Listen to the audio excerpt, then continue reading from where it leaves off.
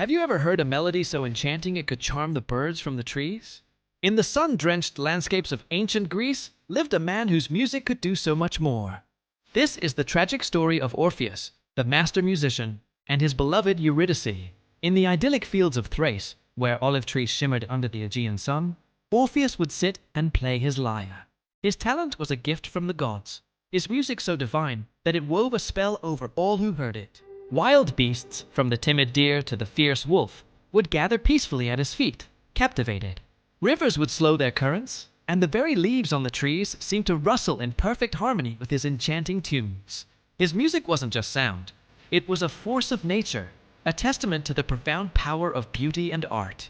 On his wedding day, this magical world was filled with unparalleled joy. Orpheus walked hand in hand with his beautiful bride, Eurydice, through a meadow bursting with wildflowers. Their love was as radiant as the sun above them. Laughing, Eurydice ran ahead, her light footsteps dancing through the tall grass.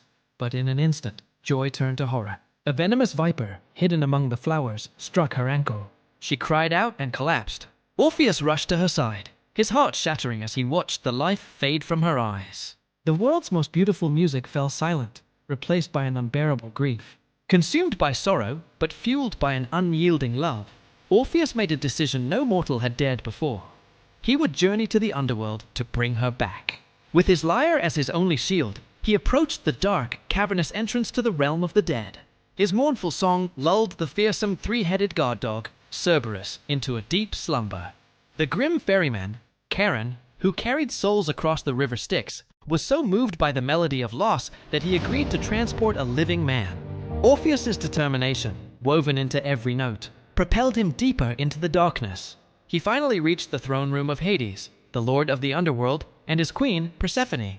Surrounded by gloom and shadows, Orpheus began to play. He poured all of his love, his pain, and his desperation into a song so profound that it echoed through the silent halls of the dead. For the first time, the stone-hearted Hades, god of death himself, shed a single dark tear. Persephone, remembering the vibrant life of the world above, looked upon the musician with profound pity. The power of his love, expressed through music, had moved the unmovable. Hades granted Orpheus's request, but on one terrifying condition. Eurydice could follow him back to the world of the living, but he must walk ahead and not look back at her until they were both fully in the sunlight. The path out was steep and treacherous, shrouded in darkness. Orpheus led the faint, ghostly spirit of his wife upward, his face a mask of concentration. Every step was a battle against the overwhelming urge to turn, to make sure she was still there. The silence behind him was deafening, amplifying his fear and doubt. As they neared the exit, a sliver of daylight pierced the cavern's gloom, promising life and a future together. It was in that final, crucial moment that doubt consumed him. Was she truly there? Had the gods tricked him? Just as he was about to step into the light, his resolve broke. He turned his head. For a fleeting instant, he saw her, as pale and beautiful as a dream. But the moment his gaze met hers, the bargain was broken. He watched in utter despair as Eurydice's spirit was pulled back into the shadows, her form fading with a silent, sorrowful wave. He reached out, calling her name, but she was gone, lost to him forever. He was alone on the path, the light of the world now feeling like a cruel mockery. The weight of his fatal mistake crushed him, leaving him with a grief deeper than any he had ever known. His journey had been for nothing. Orpheus wandered the earth as a solitary broken man, his lyre playing only songs of sorrow and eternal loss.